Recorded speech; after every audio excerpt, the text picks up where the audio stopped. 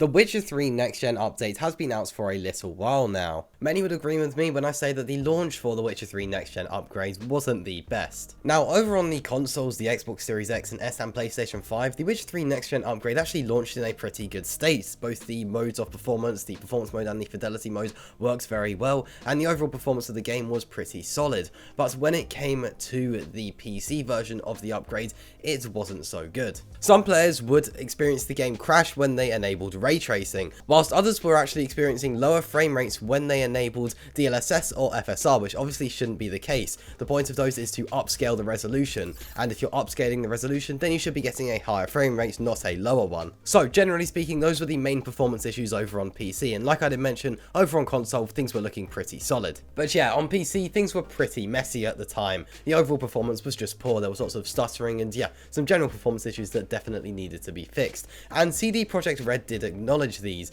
They did begin to release hot fixes for the game, and most of these issues were actually resolved. However, when it comes to DLSS and FSR, there are still quite a few issues there, and they'll be really good to have those fixed, considering DLSS and FSR should work very well, and they should be able to provide a higher frame rate. Now, if you are still experiencing some stuttering within The Witcher 3 Wild Hunt on PC, then on screen now I'm going to play you a video, well, a short that I made a little while ago that goes over how you could possibly fix the stuttering on PC for The Witcher 3 Next Gen update. So yeah, I'll play that now. Here is how you could possibly fix the PC stuttering issues on the Witcher 3 Next Generation update. So you're going to want to open up the Witcher 3 menu and head over to the graphics settings. Once you're there, at the top you're going to see different graphics presets, and you're going to want to select Ultra, or if you have a lower end PC, then go for something lower than Ultra, but don't go above Ultra at the moment. The main thing here is making that you have ray tracing off, as there are so many issues with ray tracing at the moment. Then you'll want to scroll down to the anti-aliasing section. As of right now, there are loads of bugs with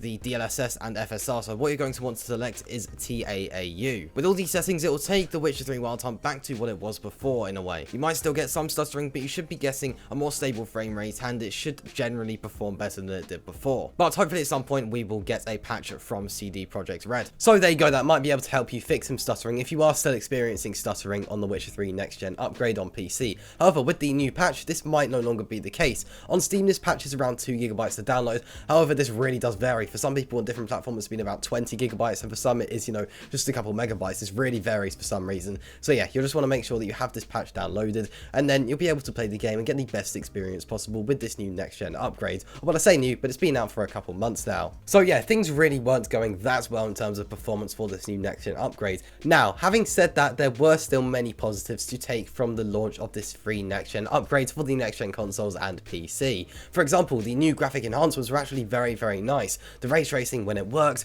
was very nice, especially on the consoles. Obviously on PC it didn't work that often, so you can't really comment on it there, but on the consoles it worked very, very well. Along with that, obviously having the higher frame rate on the consoles also works well. Having the option between the fidelity and the performance modes works very well, and they both worked seamlessly, to be honest. Along with that, the new features also worked very well. Having the focus mode and the new camera positions also works very well as well. So yeah, a couple negatives, but also a lot of positives. It is also worth noting that over on PC, we got the new Ultra Plus graphical options. Those actually improve the graphics of the game even further than what they already have, and also over on PC, things were already better than the other platforms, and they improved them even further, so something pretty impressive from CD Projekt Red. So then that brings us on to the new patch. Of course, we recently got a new patch like we just mentioned. This is version 4.0.1, I believe, of the game, and yeah, we'll be going through this patch in this video. So yeah, let's get on to what they've actually improved and changed with this patch. And to be able to look at that, we're going to head and look at the patch notes which CDPR have actually provided for us. Patch 4.01 for The Witcher 3 Wild Hunt is being rolled out on PC, PlayStation and Xbox. It improves the overall stability and performance of the game on next-gen consoles and PC,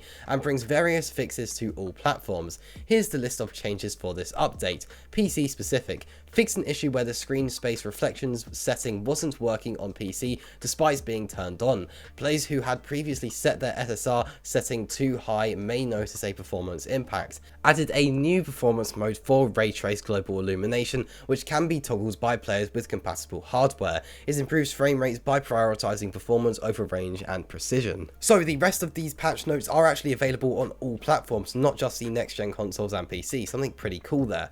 Battle preparations. Fix an issue where it could be impossible to interact with Avalanche during objective. Let Avalanche know everything's ready. Family matters. Fix an issue that could cause the game to crash during the transition to Ciri's story out of the shadows when speaking to the Bloody Baron. King's Gambit. Fix an issue where it could be impossible to participate in the fistfight with the second Vitkal due to invisible obstacles. Wine Wars Belgard added a retro fix for the issue we fixed in 4.0 where the quest couldn't be completed if the player destroyed one of the required monster nests during exploration. A Danger's Game. The armor in Caesar's room should now change its appearance when the alternate Nilfgaardian armor is turned on. Axie Puppet. Increase the health and damage dealt by the puppet. Adrenaline Rush mutation should now work according to its description. Various small fixes to quests and cutscenes. Localization available on all platforms as well.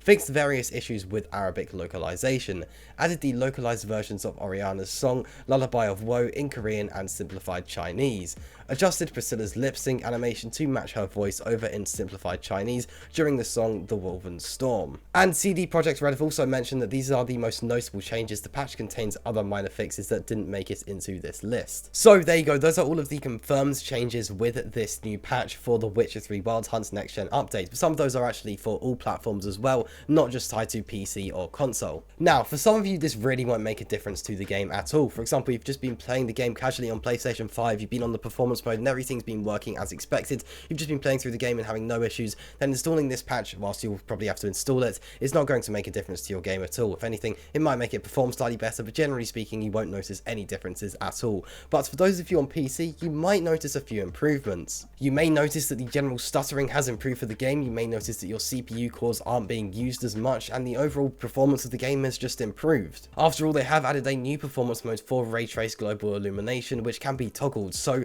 this should allow you to improve the overall performance of the game. Something really nice there, and just helping out those PC players. So that is everything we know about this new patch within The Witcher 3 Wild Hunt's next gen update. And yeah, this seems like a pretty solid patch. Hopefully this won't be the last. I do think that we might get one or two more later down the line, since not everything has been fixed yet. But this is a good step from CDPR just to making this more playable, since at the start there were quite a few disappointed players that it just felt a little bit broken, particularly on PC. Like I mentioned, over on console things weren't too bad, but on the PC side of things it did get a little bit messy. So it's nice to see that things are slowly picking up as they are improving. Something nice there from CDPR. After all, they didn't really have to release this Witcher 3 next gen update at all, but they've gone ahead and done it, and I think that's really good to see. And yeah, I think it's a pretty cool addition to The Witcher 3. Like I've said many times, it's really impressive that they've done this in the first place, and the fact that they're now improving upon it is definitely nice. Although some would consider that absolutely necessary considering the state it was in on PC, it's still nice to see that they are going ahead with it, and yeah, it looks like improvements are definitely being made. So if you did enjoy this video, please be sure to like, subscribe, and hit the notification bell so you don't miss any content just like this.